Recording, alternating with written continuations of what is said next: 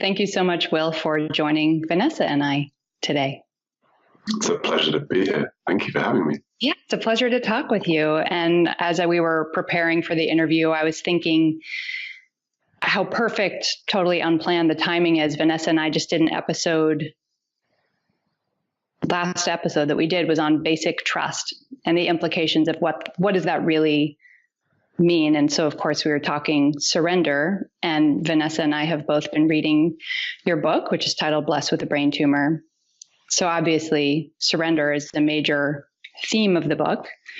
So it seems like really perfect timing to get into it with you. And I think that because of what your book is about, and that's what we'll be talking with, just a little bit of background for listeners who may be just discovering you.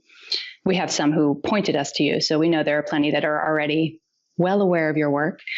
But you were diagnosed in 2011, I believe, with a brain tumor, and you were really surprised that at the moment of diagnosis, you didn't experience despair, rage, grief, any of those, helplessness, hopelessness, those things that we would imagine experiencing, and you write that actually the months, I think you said, following the diagnosis were some of the most joyful of your life. So talk about a surprise drop into basic trust that life is lifing exactly as it should be. I thought that was really profound. So I thought you could maybe talk a little bit just about that experience and what that really meant at that time, that were some of the happiest moments of your life, some of the most joyful. Yeah, I think it's a common experience for people that they come more alive when reminded with the reality of their mortality. Mm-hmm. And at that point of diagnosis, it was thought to be a low-grade glioma. In fact, at the point, it wasn't really known. So there was that recognition that this could go in any number of directions. And the path to leaving the body via a brain tumor is probably not your number one choice of ways to release from incarnation. So there was total awareness of all that and the intensity of it all. But there was no suffering, no stress. There was great joy. And a couple of years on, I ended up having surgery. And from that, they actually were able to look at the cells and discover whether it was a low-grade glioma or and discover that, in fact, it wasn't a low-grade glioma. And I speak to it because I remember the call so deeply. Partly because the lady said, we'll get you booked in for the neurological consultation. Oh, and by the way, you'll need to book in for the oncology clinic the next day. And I was like, oh, by the way, okay, great. Good to know. It's strangely sort of mirrored my own, like, oh, by the way, great. So it's just another detail. It really is ultimately, in truth, it just means there's another clinic I need to attend the next day. And more other things happening, but ultimately just that small detail change. And I mention this because in that moment, there was disappointment that my schedule was now going to be adjusted further. Cancer really does mess with one's schedule in quite fundamental ways. So that's amusing to recognize that was a sort of egoic response. And a little while after, I spoke to my dad, and he said, how are you feeling? And it was really sweet that my dad, after all this time of sort of conditioning him to awaken and soften into his emotional experience with me, would ask how I was feeling rather than just straight into what we need to be doing. And in that moment, I just paused and dropped in, and there was this immense joy, and a gratitude in the awareness that there was joy present. And that in itself has just been a magical and profound gift to come into contact with the purity of being and the expanse of being, and the deep trust in the perfection that's unfolding, and knowing of the perfection that's unfolding. When you look back on that, I'm wondering how you make sense of it. I guess what I'm thinking is, I've had diagnoses in my life. My normal reaction was, oh shit, this, or why me, or poor me, something like that. And I think that's a fairly common experience that the ego mind puts forward. Later, I was able to look at it and say, okay, this must be a gift. How is it a gift? And I could start to work with that, but, from a very cognitive perspective, until it ripened. And now I have a much different experience of it all. But I'm sure, we're talking about 7 years ago, right? So you've had a lot of time to sit and explore this realization you had, as well as I'm betting you've spoken to a lot of sick people over the years, I'm imagining. So when you look at it, how do you make sense out of this realization just opening up into your ground of being for you? I think that each life has a narrative, has an arc to it, the hero's journey or the soul's path. And it was immediately clear that this was a functional part of this life's unfolding. And one of the ways that was immediately clear was that I looked back at the last 10 years and I realized that if you could design a 10-year program to prepare someone for a diagnosis experience like that, and for it to be treated as an extraordinary opportunity for growth and expansion, I did it. I did 5 or 6 energy healing courses.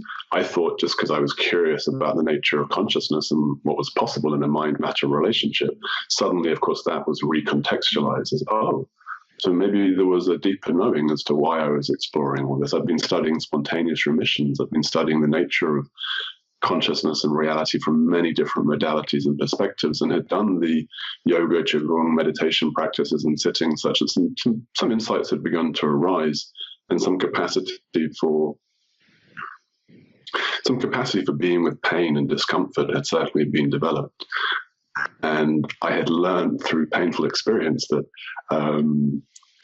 it's the old chestnut, isn't it? When I resist, I suffer. When I'm in opposition to what is, I have a problem. And I'd also learned that the nature of suffering and challenge and difficulty in life is that it presents opportunity for growth and expansion. And I'd also learned that that was proportional to the degree of challenge and difficulty.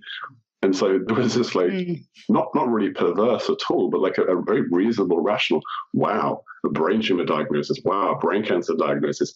This is huge. This has got a huge amount of potential. This is really full of latency and opportunity.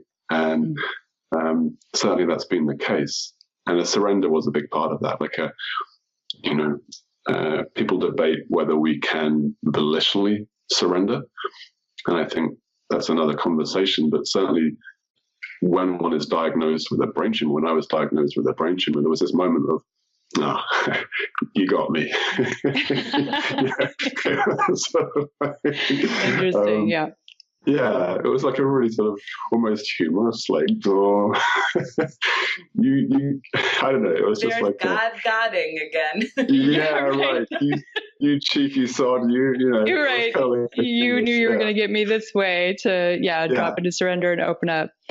That's fascinating. I love the way that sometimes it's like you can trace back almost this intuition, or that there's something other than the me, right? That was inclined to study certain things, or just that had certain experiences or certain awarenesses of like, the bigger the challenge seems like, the bigger the opportunity for growth. And even just being called towards that kind of personal unfolding or evolution or leaning in, whatever you want to call it, that you can really see from a certain perspective with surrender, oh, there was this whole other thing happening that wasn't me. Like I didn't design, what I'm going to do is like come up with a 10-step blueprint about like how to be prepared just in case I get some terrible diagnosis someday.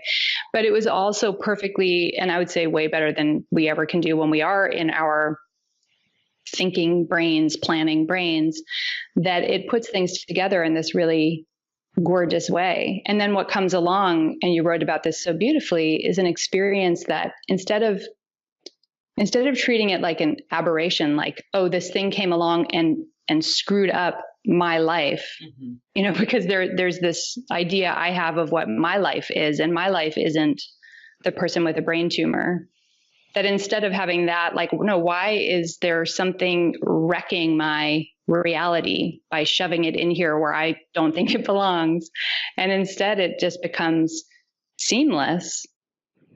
And that's where all this sense of potential or just plain old joyful for no reason can come up, which I think is so gorgeous, because most of us have the like, no, why are you wrecking my life? Yeah, it's going this way, right? I'm doing it. I'm doing it my way. That wasn't, no, I say no, that's not the plan. Yeah.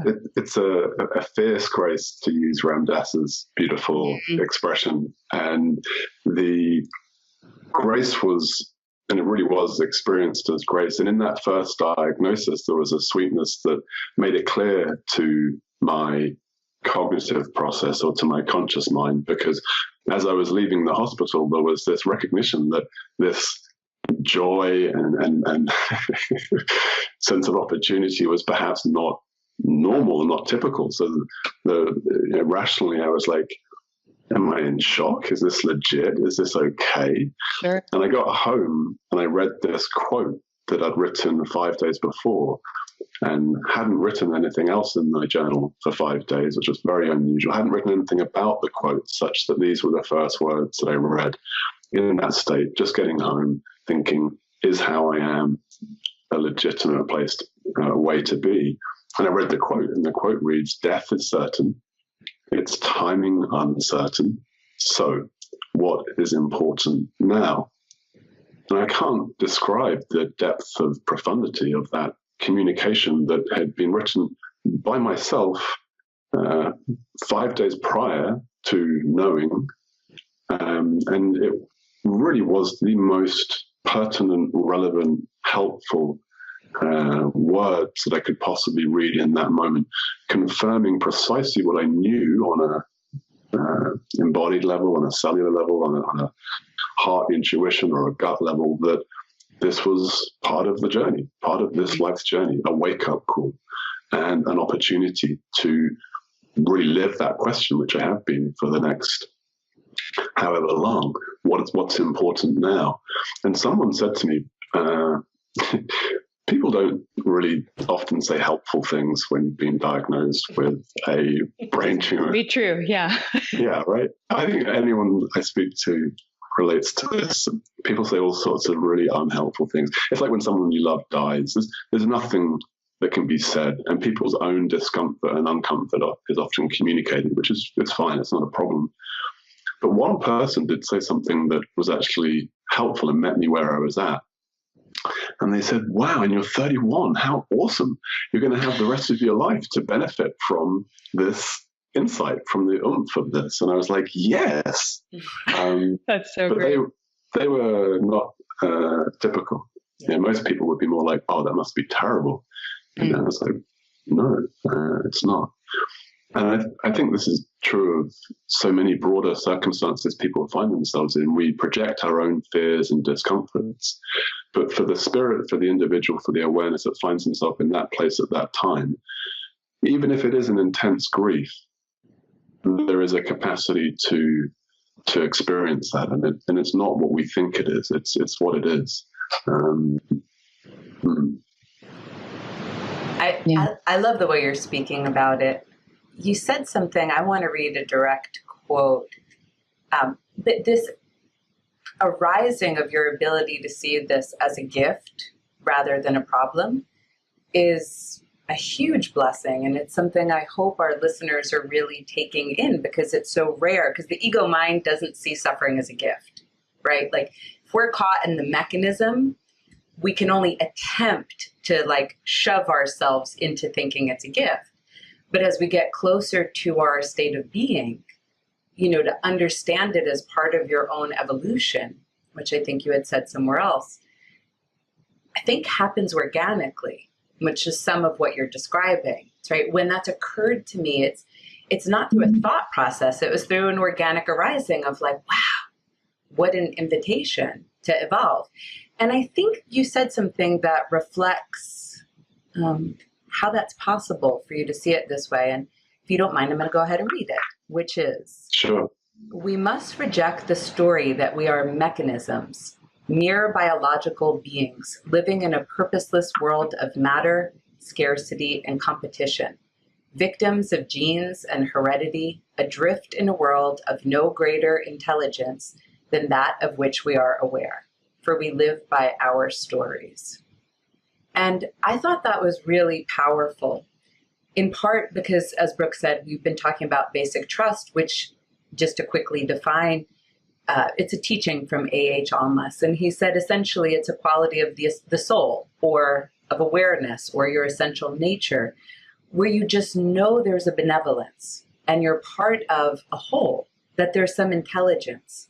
But so many of us, when we're in our survival being, we feel adrift, we feel alone, we feel cut off. We identify primarily with our bodies or with matter, in which case I think it can be a difficult position to experience that level of giftedness that arose for you. So I wonder if you could just add more thoughts to this quote that you shared, because I think it's a profound piece of it all. Yeah, we hear a lot in non-dual circles in particular to drop the story, and there's great wisdom in this. And also it's true that the story that we live through, the beliefs that we have, the self-image that we have, the beliefs we have about what this world is, are true in the sense that we will experience them to be true. Mm-hmm. You know, if I believe that there is a wrathful God who is watching my every move, and when I have a lustful thought inching me towards hell, well, that'll be my reality. You know, it actually sounds a little bit towards psychosis, but it's a common way of experiencing reality for a large number of human beings.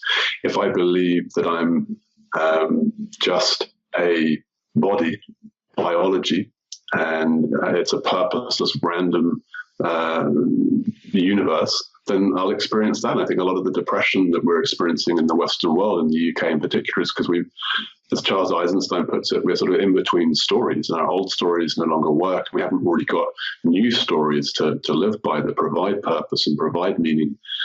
And one of the ways that I have found purpose and meaning is that I'm here to grow and evolve.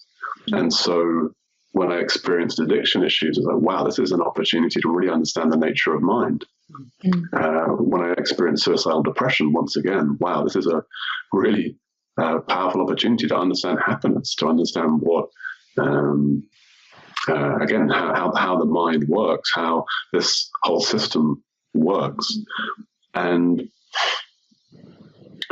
the most fundamental story is, am I safe? Or am I loved? You know, and of course we have these wonderful nervous systems that are geared to experience fear and experience threat to ensure the survival of the physical being, to hopefully stop us jumping off cliffs or create that sort of curious paradox. I've spoken to a lot of people about this, of like wanting to jump and not wanting to jump equally strongly as you get to the cliff's edge. It's sort of like a really curious thing. And that basic trust for me is our relationship with the divine, with life itself, however we conceive of that. And that conception, of course, could be denying any superior intelligence or any force or fundamental energy of goodness or love in this world. And curiously, with the brain tumor, I met a healer, and he said, that any issues with the brain, any neurological conditions or something like brain cancer, is involving three acute tensions in consciousness: issues with authority, issues with physical father, and issues with the Father, the divine, however we conceive of it. And when I heard that, it was just like boom, boom, boom, like tick, tick, tick. You know, from 12 years old, I was a very angry boy, very angry with my father, very angry with God for letting my parents divorce and letting the world be so full of bullshit and hypocrisy and politicians lying and all the stuff that I was told not being real and true. And that was deeply meaningful. And again, it points to the power of the story as well. You know, the story has a causative effect physiologically, psychoneuroimmunologically. That's what I wanted to say, yeah. Isn't it? Yeah. It's not something we can just dismiss out of hand. Our beliefs and our thoughts are significant, and how we feel and believe and think about ourselves and the world are significant. And Einstein posed this as asking this fundamental question. I believe he did actually write this in a letter. A lot of Einstein quotes we know Einstein never said, but they just sound really cool. And if you say Einstein said it, it's got more legitimacy. But he did write about an important question facing humanity being, are we living in a friendly universe? Are we living in a friendly universe? And my answer, my realization, my experience is absolutely yes. And that includes death, it includes despair, it includes depression, it includes brain cancer, it includes everything. And my friends and I have this little thing called Love and Truth Party, where we send out love letters from the universe to give a little taste of this. And it's really amazing how simple it actually is. And hearing that idea of it being a soulful quality, it's like we have this knowing in us that we're loved and we're safe and it's okay, that this is an infinite and eternal unfolding and all is well. And yet, of course, in conscious thought, that's often not accessible. And yet we send out these little letters and people are often really moved just reading this little postcard to like tears as they come into contact with that place of, yeah, I'm okay and it's okay. It's actually fundamentally okay. I'm putting you on the spot here, but can you think of a recent Love and Truth Party letter or a little blurb? So we have these postcards which we actually send out. You physically mail them out? I love that. We hand them out to people on the streets. And I thought I had some to hand, but it doesn't seem that I do. I probably should know it off by heart by now.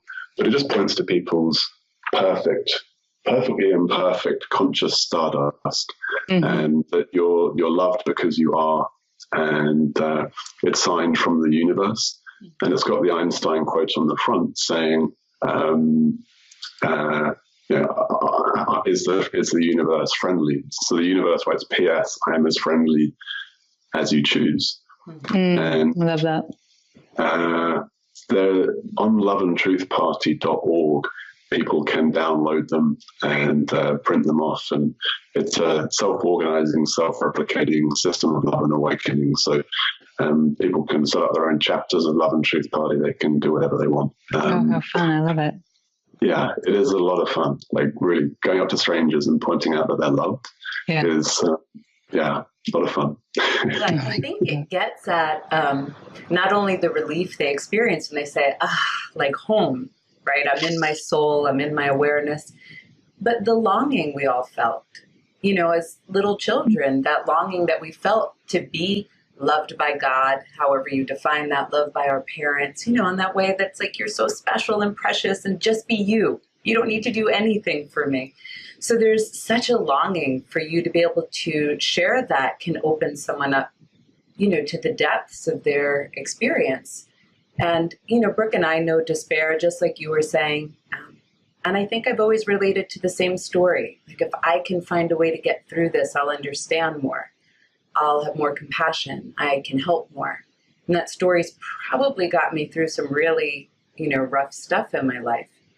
And I appreciate your conversation on stories because there is a place in non-dual realization where all story is gone. But when we land back in this human body, the body has thoughts, and thoughts take the form of arcs and narratives. And I wonder if you've witnessed this, but I can see sometimes, even as you're going through awakening experiences or realization, whether it's Kundalini openings, whether it's profound experiences of oneness, your filters, your stories can still influence how you experience awakening, even.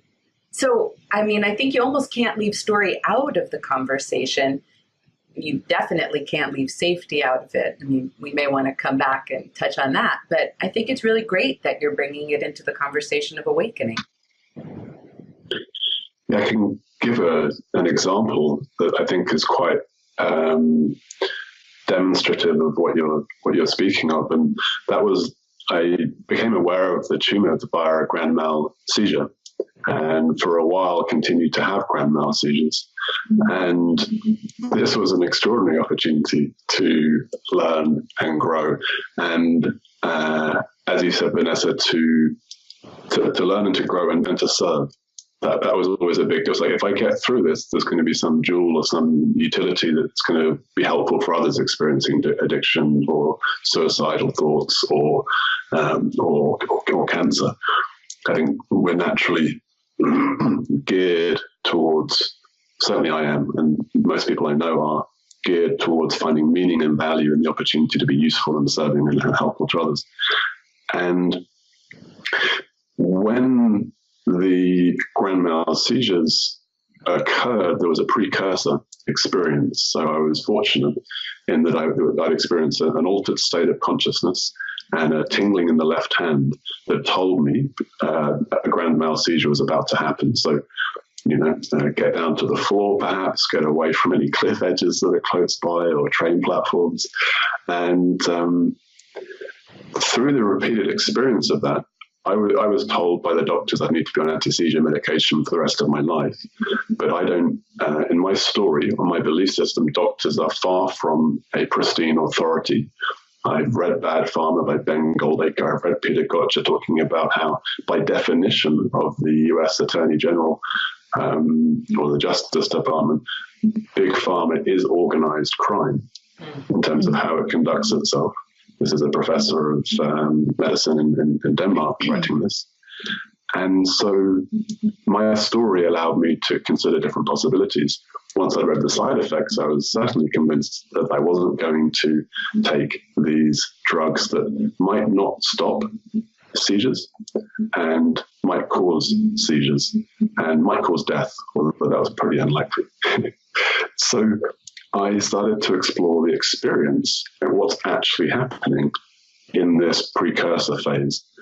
And the state training, the meditation, the yoga, the body awareness, all that was very helpful in noticing that a strong fear arose, like a really sort of fundamental fear. I was like, okay, so what am I scared of? So death or a grand mal seizure.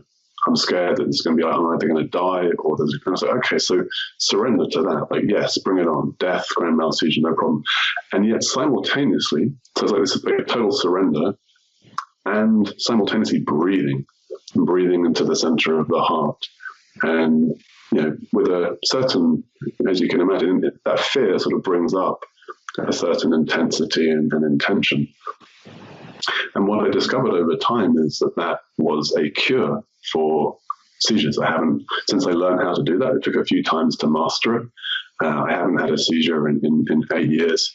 And I've since met someone else who, through their own discovery, came across the same practice, that you surrender, you let go, because a seizure is a buildup of tension in very simple terms. And so you don't want to put more tension atop the tension. And in that letting go, there's a certain reason. And then, of course, breathing, which I've and the hand on the heart, I've since learned from Linda Graham and Rick Hansen, who I have interviewed for my podcast. They would point to this as being the most powerful practice to facilitate a restoration or a cultivation of resilience in the body-mind in moments of anxiety, stress, or fear. And this had just naturally been encountered. So that story of this being an opportunity to grow and evolve, or that belief that everything is an opportunity to grow and evolve, was self-prophesying, self-fulfilling, like all stories and beliefs. And as you were saying, a Kundalini arising or a governor channel opening, these experiences can be terrifying if you don't have a narrative as to explain what is going on. Check yourself into the psych ward right away. Yes. I mean, for me, what happens now sometimes, Qigong is one of my favorite practices, and back bends in particular. So I like to play with the spine and play with that energy. And sometimes I have these experiences which are completely just not even close to being describable. They are not. It's not a non-dual realization. It's not a unitive experience. It's kind of like just a really trippy mystical experience that's like of its very unique flavor. And of course, a neurologist would say, well, you should stop doing that because that's a pathology. And I'm not like particularly in a disagreement with that story. It's not a highly functioning state of consciousness to experience, but it's really enjoyable. And,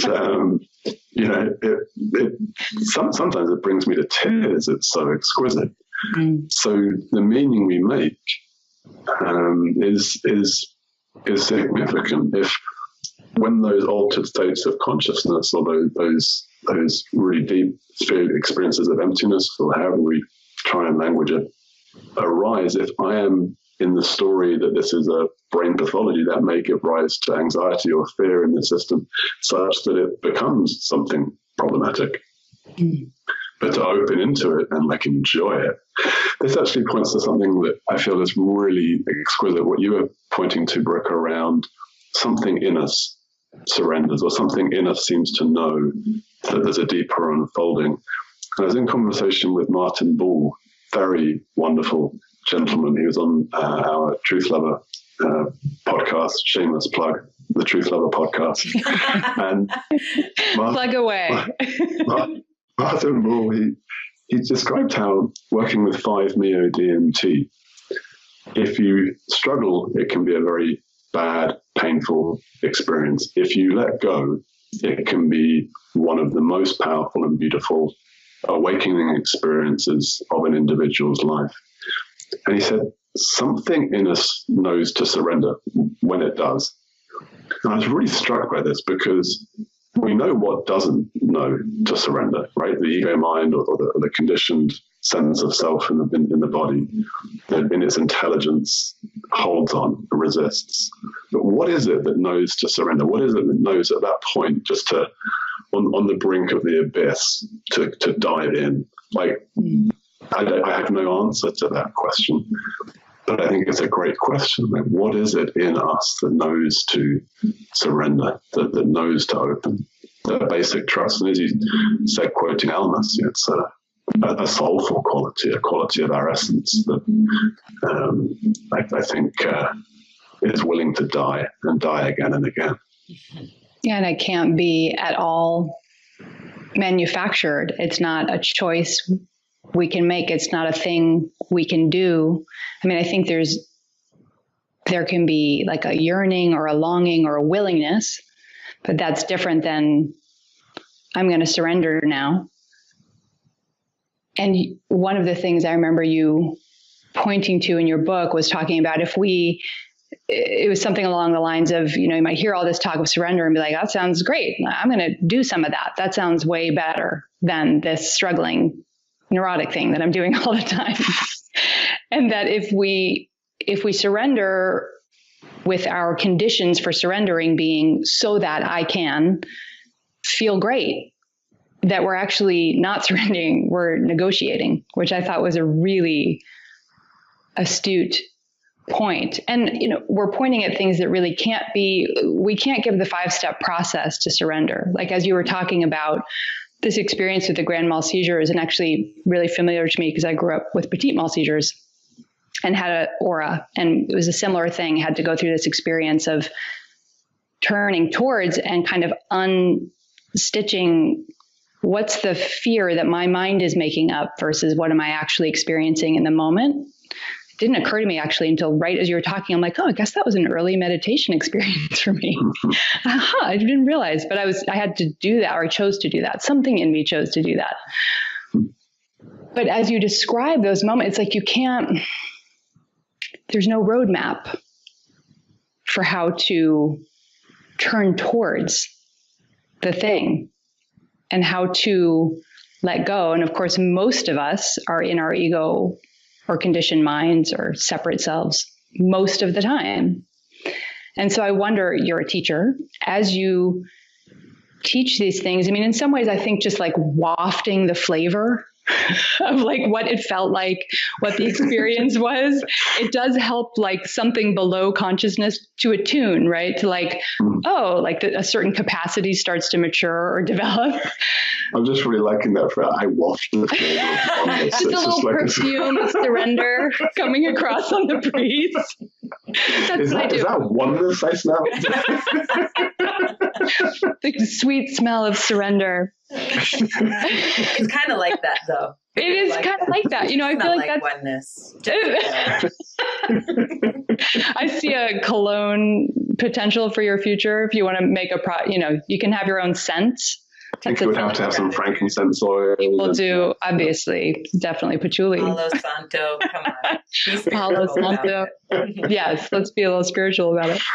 But I do want to, point being, speak a little directly to the people listening who are longing, realizing how frustrating it is to not be able to surrender.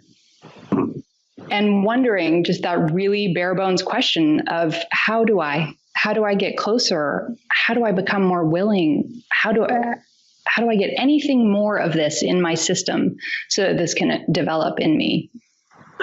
I feel there is a path. I mean, there are many paths, of course. Yeah. I'm a big fan of Zen, or any path, but committing to it and getting really deep in one's practice. Many people say that there's no practice necessary, but usually they've done 30 or 40 years of practice before they come to that realization. So it's a little bit they've already misleading. Awakened and sustained it and integrated it, and they're like, no practice needed anymore. Right. Yeah. Ta-da. So it's a little bit tricky, but in the practice of gratitude, so gratitude is often seen as just like a positive psychology and kind of simple beginner level practice, if you like. But I feel it's actually really fundamental and more significant than that and more powerful than that. And we tend to begin with gratitude as focusing on the good stuff. So we have a negativity bias in our consciousness. It's been cultivated and conditioned over thousands of years to identify threats and keep ourselves safe. And of course, religions and marketing people purposely stimulate it on a daily basis to keep us in compliant ways of being. And thus, it's kind of a responsibility, an ability we have to respond to that, to practice, to actually take the time to give attention to the good, to give attention to the chocolate brownies in our life, or the friends or the family, excuse me, and begin to develop some basic capacity to see the good. Like, it is a practice. Get the mind working in a way that's helpful. We know from neuroplasticity that with sustained, consistent practice, we can start to make the brain more grateful. We can start to create a greater inclination towards finding the positive in things. And the research that the Greater Good Science Center has done in Berkeley is quite remarkable in terms of how powerful this is in its physiological, psychological, and sociological effects. Even just a month of 3 things at the start of the day, 3 things at the end of the day, written out. There are some guidelines, like being creative and really getting into it, not just saying the same old stuff every day, but really simple and minimal time investment. And people's physiology, psychology, and sociological functioning changes in measurable, repeatable, predictable ways at the end of that. Where gratitude really for me is most exciting. I feel and experience it as an ultimate truth, as an aligning with truth, with reality, which is that this is a gift. This experience right now, this awareness, this life is a gift. This breath is a gift. This presence is a gift. This whole shebang of life, this very moment of feeling, of listening, of speaking, of connecting, of being breathed, is a gift. And to come into contact with an appreciation of being, of our own being, is a kind of collapsing, is a kind of surrender bit by bit to just drop into this and appreciate this as a gift. So the other bits of surrender, life will take care of, I think, in my experience. So be careful what we wish for, right? It's like, God, give me truth, give me truth. Well, here you go, Will. Here's Life does have all of our addresses, doesn't it? I know exactly where you live. Here you go. Yeah. It can be a funny thing to get what you asked for, right? Not understanding what, in fact, you asked for, though I think we're all glad in our own way. I'd love to add a little bit to what you just said and see if we can explore it from an additional dimension, because I know you like neurobiology and you have a whole book about gratitude and coming up. I was listening to a teacher we're going to be interviewing next week. Her name is Neelam. I don't know if you're familiar with her. She's a non-dual teacher. I haven't. Oh, she's wonderful. But what she teaches about is awakening in the nervous system, which is something Brooke and I are fairly passionate about. The role the nervous system plays in helping one feel safe and at ease, so that trust is a more natural state. Surrender is a more natural state when you feel safe, right? And someone was having a Kundalini experience while we were on this call, and the energy was big, and Neelam just kept returning her to presence and looking around the room and the sense that everything's okay, and her breath, instead of allowing her focus to be on the energy. And ultimately where this led was a conversation that you have to be present so that the nervous system can have the capacity to respond to whatever the experience was. And I thought that was really interesting, because for a lot of us who've been through traumas in our life, or whose conditioning is running a lot of narratives that are based on fear, based on the world not being friendly, our nervous systems can go into these very patterned responses, right? Fight, flight, freeze. And then from that place, the concept of surrender is foreign to the body, possibly not even possible until something shifts. So I think it's interesting when you bring your hand to your heart, oxytocin, nervous system shift, gratitude does the same. So I wonder if you've explored this at all, either in your own evolution or just as you've been writing and reading and working with people, the power that the nervous system has in this whole process of awakening and surrendering and so on. Yeah, absolutely. And this for me is where the tried and tested spiritual technologies of Zazen, Qigong, yoga, energy healing modalities and so on come into play. I was lucky growing up, or I chose well, depending upon your metaphysics, to have loving parents who held me, and so I think my trauma load is perhaps relatively light compared to some. But really, that's a pretty speculative comment in and of itself. But just to acknowledge the importance and, of course, causative aspect of those early years of our life.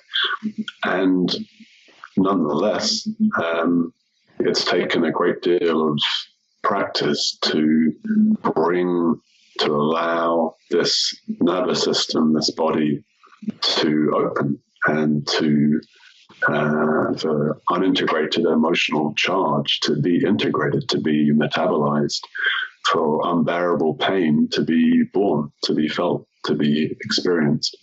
And yeah, for me, Zazen is just a beautiful practice, sitting down and shutting up for long periods of time and seeing what happens, allied with a body practice, whether yoga or qigong, that allows that cultivation of presence and awareness to come into the body, to come into the heart, to come into the emotional body, to come into the subtle energy fields, and to come into every cell, ultimately.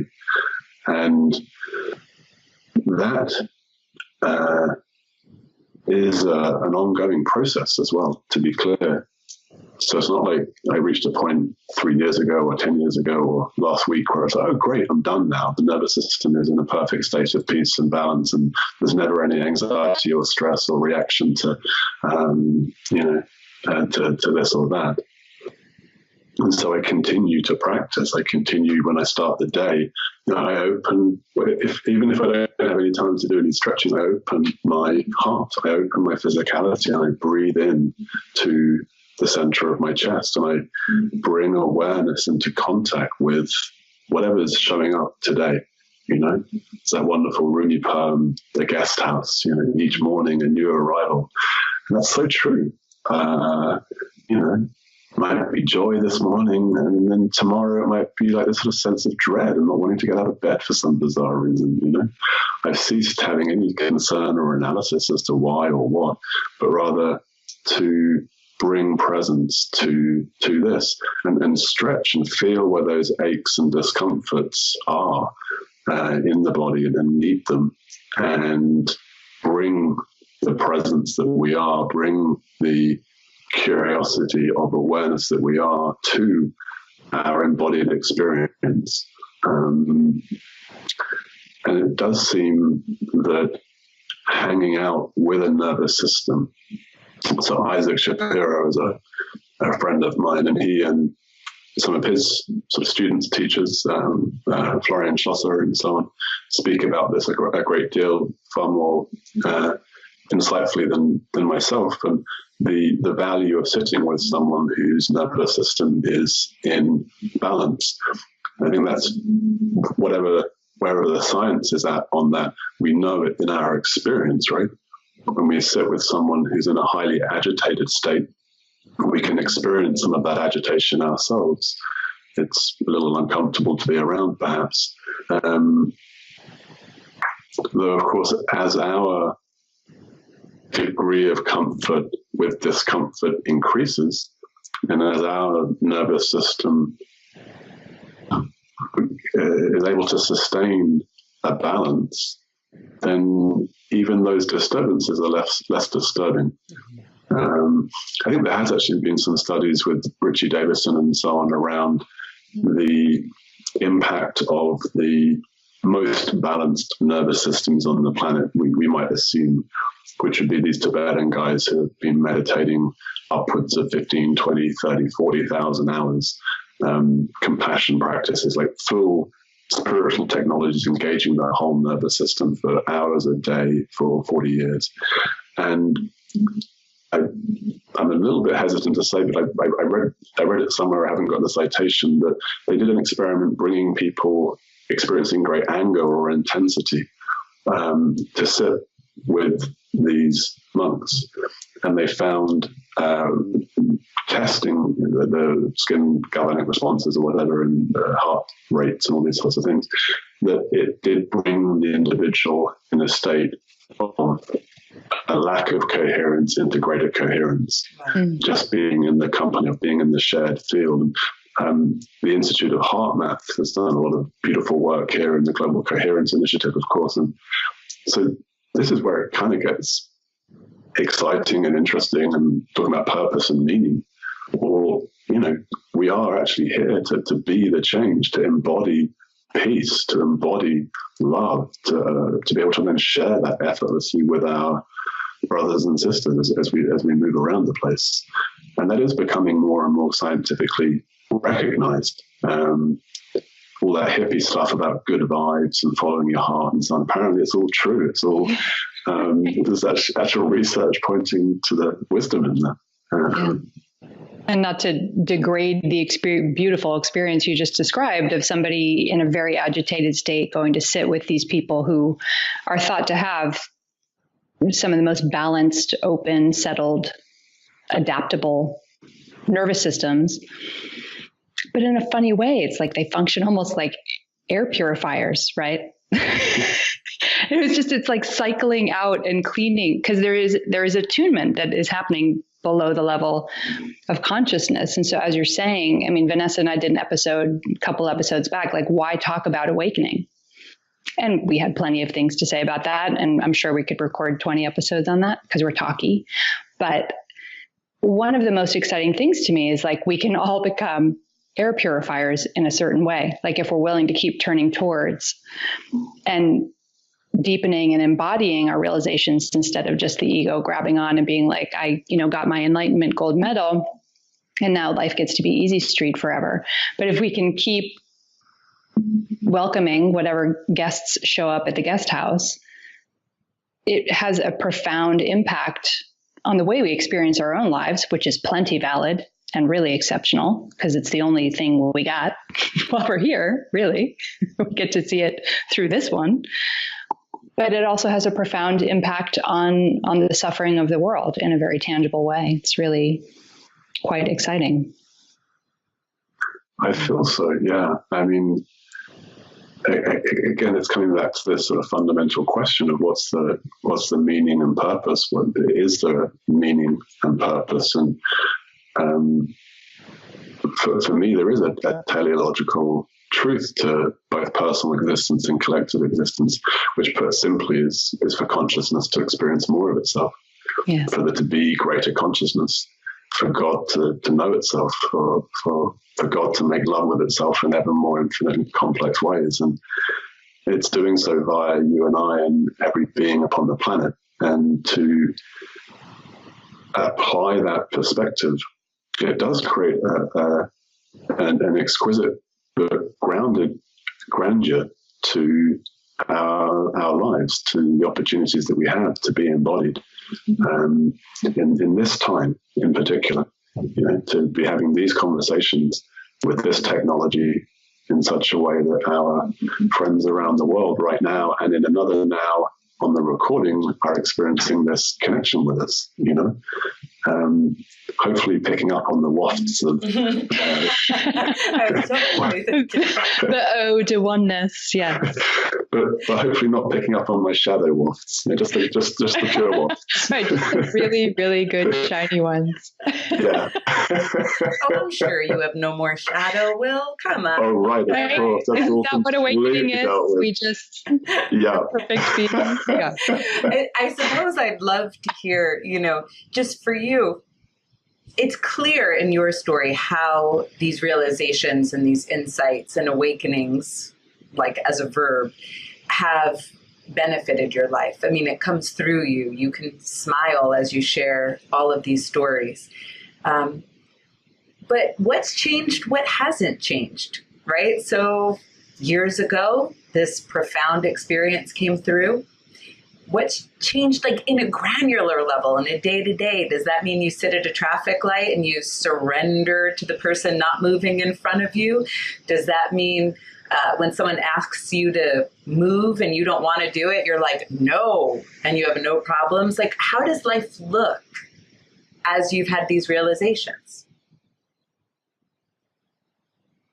That's a big question. I know, probably not a great ending question, but perhaps there's just a little nugget that wants to come through. So there's two responses, and I think that is nuggety. So on the one hand, nothing has changed, and of course that which is changeless is just as it was, and that's the great joke of waking up. It's like, oh wow, it was always this way. Right. How amusing. Still gonna eat toast and whatever. Yep. And I do spend a lot more time over the last few years in joy and in appreciation and in awe and in marvel and in wonder as I appreciate this paradise earth that I'm so fortunate to be on. And also, I experience pain very differently. So when depressed energy comes up, or there's a heaviness in my heart, or that's not a problem. It's not. I don't suffer. I don't suffer suffering anymore. You know, it's it can arise and fall away with. Yeah, I'm not attached to any state or I'm happy being unhappy. You know, and that's a pretty fundamental shift. Yeah. So that there is more good stuff. There is more joy. There is more appreciation, awareness of the beauty and the miracle and the delight in that, and the patterns or conditionings that still exist in the body are non-problematic. Yeah. You know, Vanessa and I have, because our work is so much about reconnecting, even though they were never disconnected, but pointing at the spiritual path and the human path being the same thing. We like to ask people, you know, what does that look like to you to be fully human and awake? And I think that we don't even need to answer the question. I mean, you just perfectly articulated that you're still very much a human being, have a human life. There's still pain and suffering, this idea that you've crossed a finish line where you're just, you know, being showered with, I don't know, gold coins all the time or something. I don't know, like these funny ideas that people have, but that things can arrive, but that you don't suffer suffering. And that there's quite a palpable coming from you, this sense of gratitude for all of it.